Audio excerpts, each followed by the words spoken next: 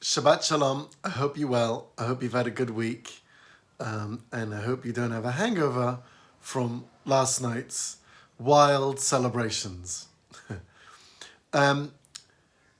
This week, there's a famous story of Jacob at the end of his life.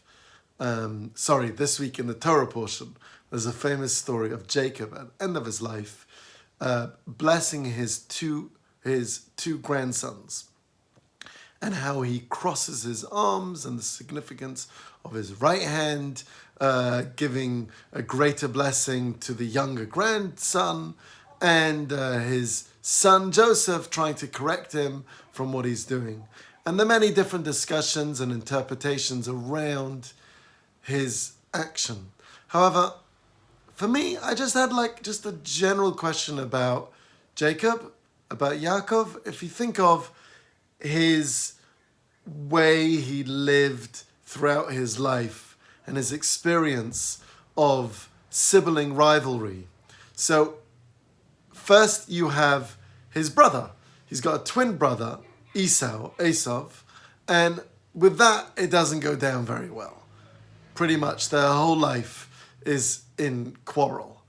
Then you've got his children and his famous Joseph that he goes and gives this beautiful cloak to, and in response to that, his brothers aren't very happy about that.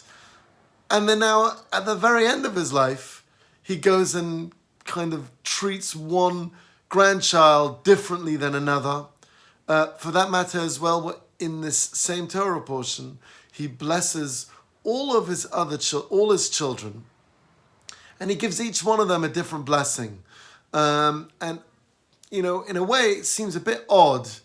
Why is he going and treating all of his kids differently?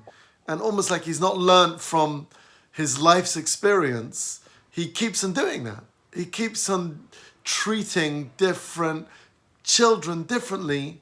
And does he not realize perhaps that causes some type of friction? Or as we know, it does. Treating kids differently causes friction. And I've had this question for a while, and it just came to me now. Perhaps, possibly, the response or the idea around how to explain this. And it comes to my father.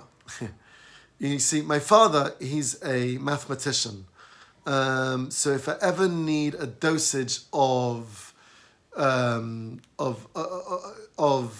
pragmatism and to get away from my idealism of being a rabbinic entrepreneur, I just speak to my father. He's been a high school math teacher for 30 odd years. So if I need a dosage of reality, I talk to him. So he's told me, and please God, he should live many happy, long, healthy years. He's told me that in his will, he's gone and put for his 3 children, me, my brother, my sister, all 3 of us, equally in the will. Throughout his lifetime, he'll give to each one of us based on our need. If one point one of us needs a little bit more help with something, another thing, he'll give to each one of us based on need. But at end of life, after he passes on, well, we're going to have in the will that one child is getting this and the other one, no, you're not getting something. What does that do to somebody? And, you're going to cause friction between family and everything like that.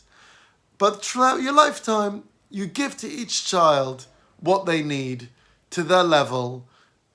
And if it means one gets something a bit different than another, it's because that's what they need. And that's how they need to be raised in that particular way. And they need to be given a particular type of attention, which another child may not need that type of attention. And possibly this is what Yaakov, our forefather, was indicating as well. That despite those various frictions, he felt in parenting, we give each child to their need. Interestingly, after he passes away, what's the nation of Israel called?